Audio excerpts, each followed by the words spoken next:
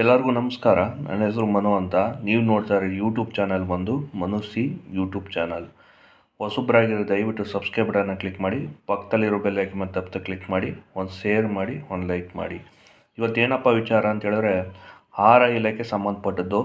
ಏನಂದರೆ ಹೊಸ ಪಡಿತರ ಚೀಟಿಗೆ ಅಪ್ಲೈ ಮಾಡೋರು ಏಪ್ರಿಲ್ 1ನೇ ತಾರೀಕಿಂದ ಅಪ್ಲಿಕೇಶನ್ನ ಬಿಡುಗಡೆ ಮಾಡ್ತಾಯಿದ್ದಾರೆ. ಹಂಗಾಗಿ ನೀವು ಅಪ್ಲೈ ಮಾಡೋರು ಎಲ್ಲ ಡಾಕ್ಯುಮೆಂಟ್ಸು, ಇನ್ಕಮ್ ಸರ್ಟಿಫಿಕೇಟೇ ಆಗ್ಬೋದು, ಮತ್ತು ನಿಮ್ಮ ಆಧಾರ್ ಕಾರ್ಡ್ ಯಾವುದು, ಕ್ಯಾಸ್ಟ್ ಸರ್ಟಿಫಿಕೇಟ್ ಯಾವುದು, ಯಾವ ದಾಖಲಾತಿಗಳನ್ನ ಕೇಳಿದ್ದಾರೆ ಅಂತ ತಗೊಂಡು ಸಿದ್ಧತೆ ಮಾಡ್ಕೊಳ್ಳಿ.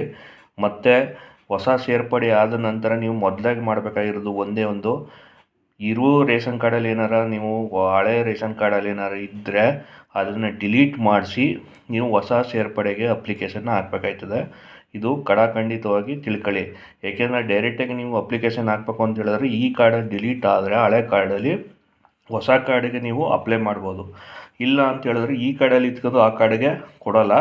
ಅದರಿಂದ ದಯಮಾಡಿ ಏಪ್ರಿಲ್ 1ನೇ ತಾರೀಕಿಂದ ಆಹಾರ ಇಲಾಖೆ ಏನು ಸಂಬಂಧಪಟ್ಟಂಗೆ ಇದಿರ್ತದೋ ಅದು ಏಪ್ರಿಲ್ 1ನೇ ತಾರೀಕಿಂದ ಜಾರಿ ಏಪ್ರಿಲ್ 1ನೇ ತಾರೀಕಿಂದ ಬಿಡ್ತೀವಿ ಅಂತ ಹೇಳಿದ್ದಾರೆ. ಹಂಗಾಗಿ ಸಿದ್ಧತೆ ಮಾಡ್ಕೊಳ್ಳಿ ಅಂತ ಈ ವಿಡಿಯೋದಲ್ಲಿ ಹೇಳ್ತಾ ಇದ್ದೀನಿ. ಧನ್ಯವಾದ.